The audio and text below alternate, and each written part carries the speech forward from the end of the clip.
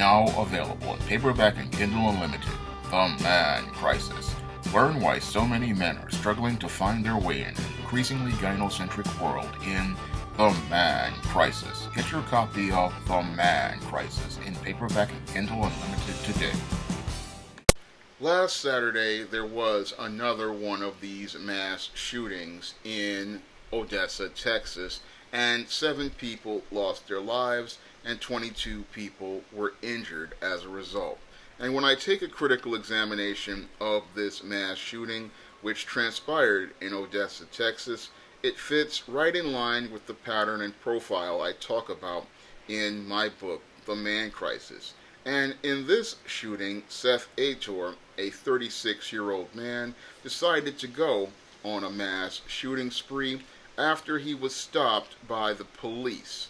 Now, your Seth Ator, after being stopped by the police, decided to go on this killing spree, but I believe him going on this killing spree was something that was premature, because I believe his actual plans to participate in the mass shooting were not on that highway, but his ultimate plan was to return to his employer and murder his employer and his co-workers at the trucking company he used to work at. Because in that same day, your Seth Ator had been terminated from his job, and your Seth Ator, after being terminated, went back home and then made a rambling call to the FBI. And I believe he made that call based on emotion, because he was so angry about being fired, and he was frustrated about the state of his life.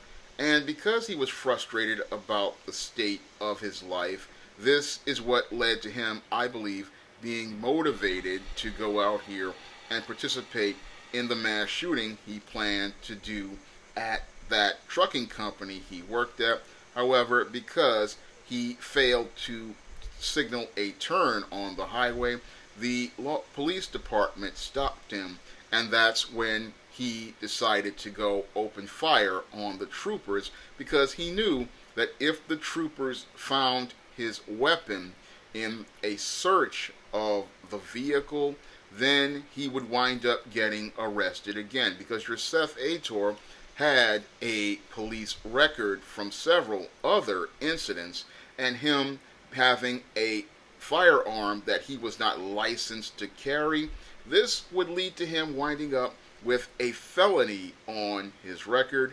And your Seth Ator, understanding that he had this weapon inside of his vehicle, I believe this is the thing that led to him participating in the mass shooting on the highway, because he knew that if he were to have gotten caught with that weapon in the vehicle, he would have gone to jail for a lengthy period of time. So he decided to step up the timetable for the mass shooting he was planning, and instead of him killing his co-workers, he decided to just shoot and kill random people on the highway, because your Seth Ator looks like he was a man with nothing to lose, and he felt like while he had nothing to lose, he was going to go on this highway and kill as many innocent people before he wound up being taken down by law enforcement. Now, your Seth Ator, again, had a criminal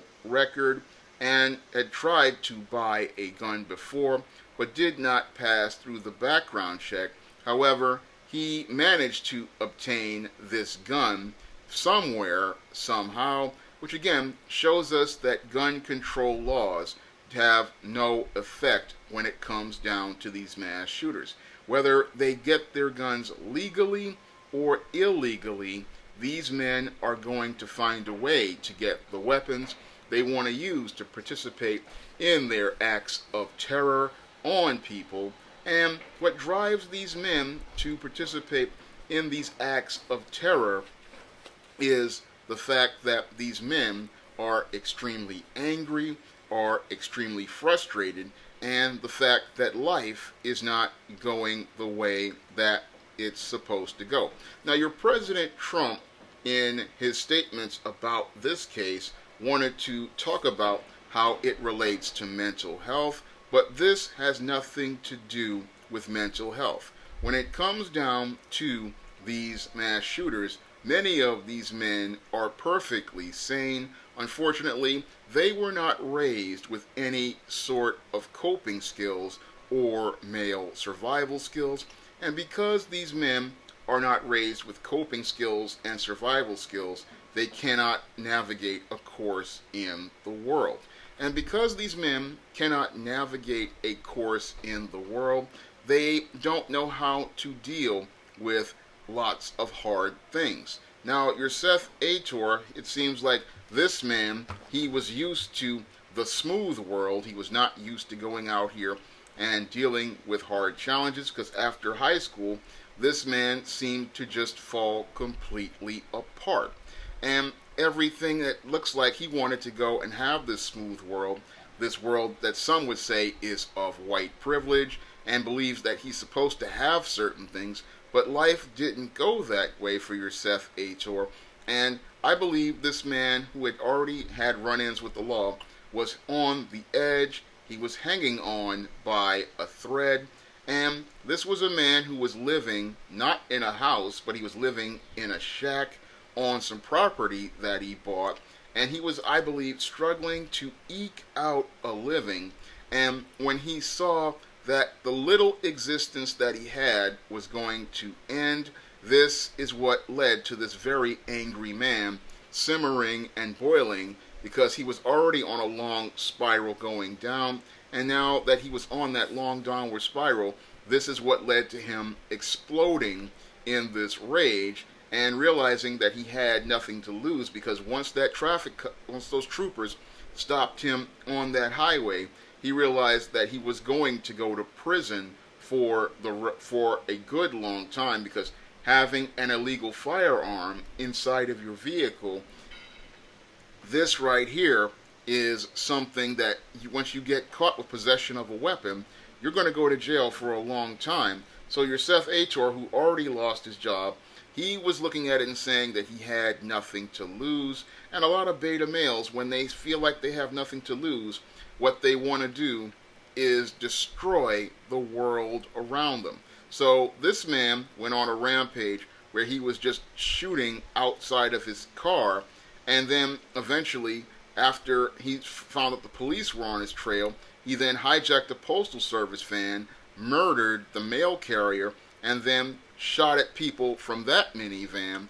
And then he wound up going towards this movie theater where police managed to confront him and then eventually kill him. But your Seth Ator, what drove him to participate in this mass shooting was the fact that he was a man in crisis, and the dysfunctional way I believe he was raised to believe that the world worked a certain way. And then once he got older and then found out the world worked differently, this is what led to him becoming frustrated and angry. And then he was angry for years, and that's what led to him having run-ins with the law. And then eventually he wound up in a situation where he lost his job. And once he got fired, that's when he felt like he wanted to destroy everybody around him. I believe his original intention and original plan was to go back to that trucking company and murder his boss and everybody else there. Unfortunately, what happened for his plans, they got thwarted, and sadly, he was going to participate in this violence anyway. So this man was a ticking time bomb, and he was a landmine, and this was what makes these men extremely dangerous. And again, I've said numerous times before, these beta males are ticking time bombs all across this country. And the scary part is not knowing when these men are going to go off, what they're going to do when they go off, or how much damage they're going to do to the lives of others when they go off. And this most troubling thing about this whole situation is we have your President Trump looking to make excuses for men like Seth Ator instead of holding them accountable. These men are extremely dangerous, and he's talking about it from a mental health perspective, but this has nothing to do with mental health. The man crisis has to do with the dysfunctional way we have raised boys here in America. It has to do with the way we have prepared boys for manhood. It has to do with the way we have prepared boys for manhood, because instead of us preparing boys to understand that life is hard, life isn't fair, and that a man has to learn how to navigate things, instead, most males are just being taught that things are easy, that they just can expect the world to be where they can get whatever they want, especially in the case of white males, where they're taught the world is supposed to give them everything, and then when they run into hardship, they wind up falling apart the hardest because they're expecting the world to be one way, but the reality is completely different. Now, I know from personal experience how devastating it is to be fired, and I know that it can hit a man like a death in the family. However, even though a man is hurting from losing a job, the way he's going to make a living for himself, he has to learn how to navigate through his emotions, and he has to learn how to cope with that loss, because if he copes with that loss, he can find a way to get back on his feet. But if he can't learn how to cope with that loss, what he's going to do is he's going to fall apart, become this ticking time bomb, and then because he believes he has nothing to lose, he's going to try to destroy the world around him the way your Seth Ator tried to destroy the world around him once he felt that the little existence that he had was going to be taken from him. That's what he believed would be the justification for him taking the lives of innocent others before losing his life himself. And this is one of the things that many people aren't looking at, this man crisis. Whenever you have a man with nothing to lose, he is extremely dangerous. And in America, we have a lot of these men out here who believe they have nothing to lose, they have nothing to benefit them. And these men, again, are ticking time bombs. And again, what's scary is we don't know when these men will go off, we don't know what they'll do when they go off, and we don't know what possible damage they can do when they go off.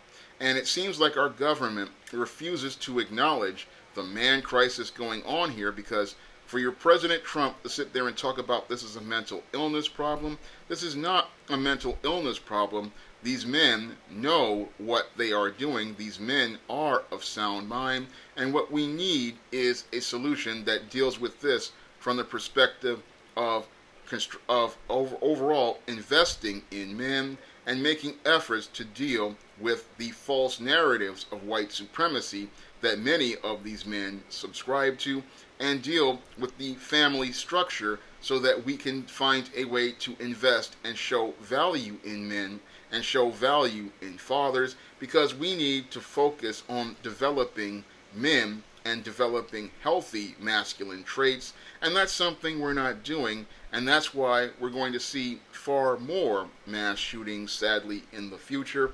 And if we don't acknowledge the man crisis going on here in America, I believe, sadly, we're going to see more violence over the next couple of years, and sadly, we're going to see more people losing their lives, because what's driving these men is not being addressed here in America.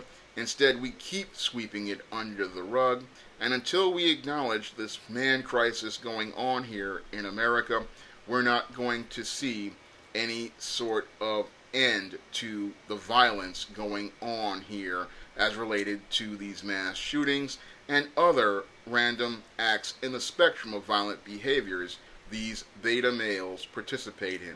If you want to learn what drives men like Seth Ator to participate in mass shootings and the spectrum of violent behaviors they participate in, you can pick up my book, The Man Crisis, on Amazon.com in paperback, Kindle format, or you can get it on Smashwords, the iBookstore, or Google Play. And if you want to see me make more videos like this, you can donate to my Patreon, my PayPal, or my Cash App by clicking the link in the description box. That's all I have to say for this video. You can comment, rate, and subscribe.